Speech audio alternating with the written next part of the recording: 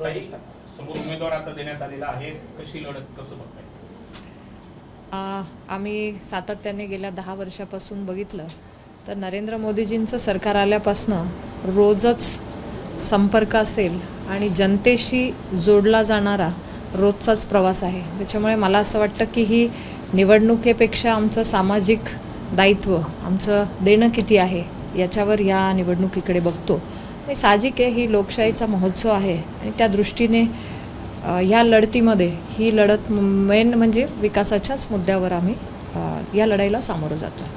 कसं आव्हान असणार आहे या सगळ्या? मला असं वाटतं की गेल्या 5 वर्षापासून काम करत असताना जनतेचा विश्वास ग्राउंड लेवलला भेटी घेताना जाणवतो की लोकांचा विश्वास आहे माननीय पंतप्रधान नरेंद्र मोदीजींच्या नेतृत्वावर आणि लोकांची अपेक्षा आहे की देश आज सुरक्षित आहे तर नरेंद्र मोदीजींच्याच नेतृत्वात. मला असं वाटतं की असे अनेक मुद्दे आणि विकासाच्या दृष्टीने गेल्या 10 वर्षात झालेला विकास हा जनताही बघते आहे आणि त्या दृष्टीने जनतेच्या नक्कीच अपेक्षा वाढल्या आहेत. आणि श्रीराम मंदिराचं भव्य निर्माण असेल, 370 कलम हटणं असेल, महिला आमचं नारी शक्ती वंदन अधिनियम पारित होणं असेल, असे अनेक मुद्दे, 3 तलाकचं मिटणं असेल, असे अनेक ऐतिहासिक निर्णय गेल्या 70 वर्षापासून ज्याची वाट बघत होते तेही मार्गी लागलेत. मला असं वाटतं याबरोबर स्थानिक विकासाच्या मुद्द्यावर देखील ही निवडणूक महत्त्वाची आहे आणि त्या दृष्टीने गेल्या 5 वर्षात दिंडोरी लोकसभा मतदारसंघात आणि नाशिक जिल्ह्यामध्ये झालेला विकास, त्याच्यासाठी आलेला चांगला निधी आणि जेव्हा दोन्ही सरकारं आमची असतात, राज्य सरकार केंद्र सरकार, त्यातून आलेला चांगला निधी आणि जनतेची कामं, मला असं वाटतं याच्यामध्ये जनता नक्कीच आम्हाला आशीर्वाद देईल आणि त्या दृष्टीनेच आम्ही देखील या प्रचारात विकासाच्याच मुद्द्यावर लढत आहोत. परंतु आपल्या मतदारसंघात बरेचसे कांदा उत्पादक शेतकरी अद्याप देखील कांद्यावर जी निर्यात बंदी ती उठलेली नाही, त्यामुळे शेतकऱ्यांमध्ये कुठेतरी संतापाची लाट आहे सरकारविरोधात. त्याचा आपल्याला निवडणुकीत किती फरक जाणू शकतो काय? या बाबतीत आम्ही सुद्धा सातत्याने शेतकऱ्यांच्या संपर्कात आहोत किंवा शेतकऱ्यांच्या प्रश्नांना गेल्या 5 वर्षापासून या मुद्द्यावर मी देखील काम करते.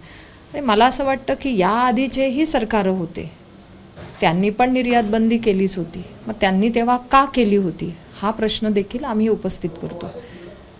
तर मला असं वाटतं की कांदा उत्पादक शेतकऱ्यांना महत्त्वाचा आहे प्रश्न की कांद्याला चांगला भाव मिळणं.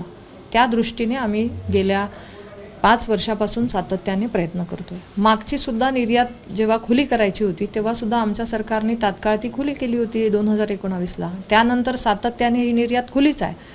गेल्या 4 वर्षात ही खुलीच होती आणि आत्ता देखील काही देशांसाठी ही खुली झालेली आहे.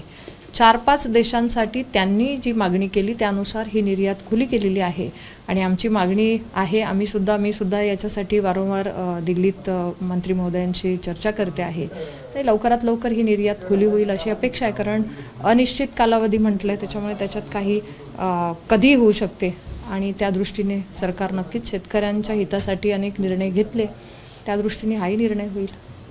याचबरोबर आपल्याला निवडणुकीला एक आव्हान असणार आहे हरिश्चंद्र चव्हाण, जे आपले भाजपचेच आहेत, ते देखील आता निवडणुकीसाठी इच्छुक असल्याचं म्हटलं जाते. त्याचबरोबर आपले नरहरी झिरवाळ आहेत, यांचे पुत्र गोकुळ झिरवाळ यांनी देखील शरद पवार गटाच्या जिल्हाध्यक्षांची भेट घेतली होती.